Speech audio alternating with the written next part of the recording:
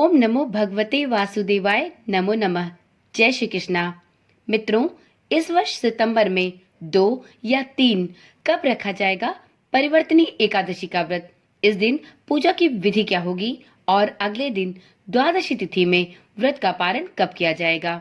इन सभी सवालों के जवाब आपको इस वीडियो में मिलने वाले हैं। ओम नमः शिवाय। जय श्री कृष्णा।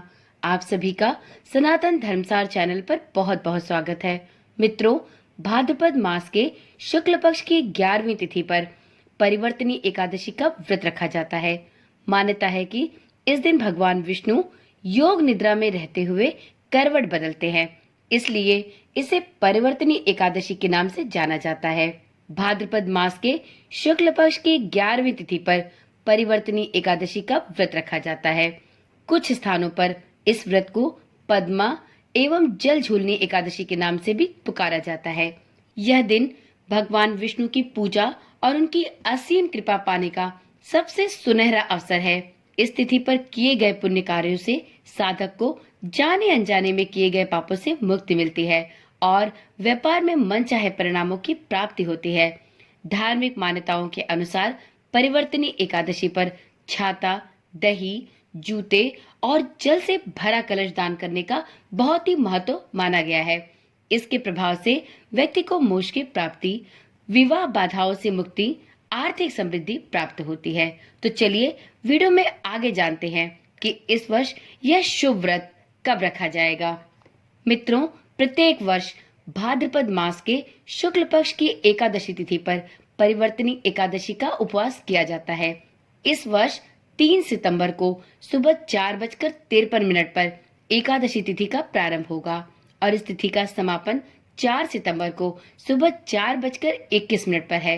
ऐसे में 3 सितंबर को परिवर्तनी एकादशी का व्रत किया जाएगा।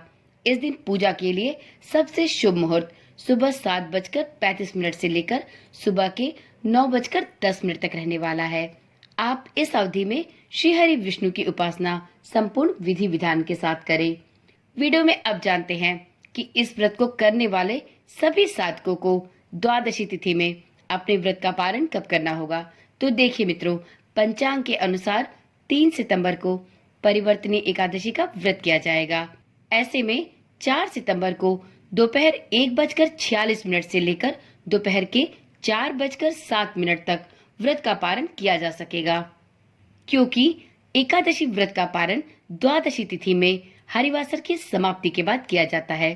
तो ऐसे में इसी शुभ मुहूर्त में आपको द्वादशी तिथि के भीतर ही अपने व्रत का पारण अवश्य कर लेना चाहिए। मित्रों, यदि आप एकादशी का व्रत रखते हैं तो आपको श्री हरि विष्णु की पूजा निम्न नियमों और विधि के अनुरूप करनी चाहिए। आपको इस दिन पूजा के लिए सबसे पहले एक साफ चौकी पर लाल रंग का वस्त्र बिछाना होगा और उस पर श्री हरि भगवान विष्णु की प्रतिमा स्थापित करनी होगी। इसके बाद आप प्रभु को पीले रंग के वस्त्र पहनाएं।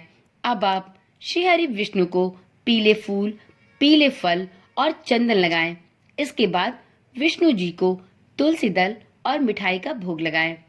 आप इस दिन पंचामृत, हलवा या धनिया पंजीरी का भोग भी प्रभु श्री हरि विष्णु को लगा सकती हैं। हालांकि इसमें तुलसी के पत्ते अवश्य सम्मिलित करें। अब शुद्ध घी का दीपक और धूप जलाएं। परिवर्तनी एकादशी व्रत की कथा भी अवश्य पढ़ें।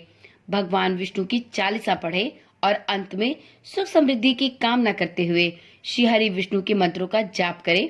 और इस दिन व्रत रखने वाले सभी साधकों को रात्रि का जागरण भी अवश्य करना चाहिए। अगले दिन द्वादशी तिथि के भीतर ही हरिवासर की समाप्ति होने के बाद अपने व्रत का पारण दान दक्षिणा देने के बाद अवश्य कर लेना चाहिए। इस प्रकार से आपके द्वारा किया गया यह व्रत परिपूर्ण माना जाता है। आप व्रत के पारण के दिन जरूरतमंदों या ब्राह्मणों को दान में अन्न, वस्त्र या धन का दान कर सकते हैं।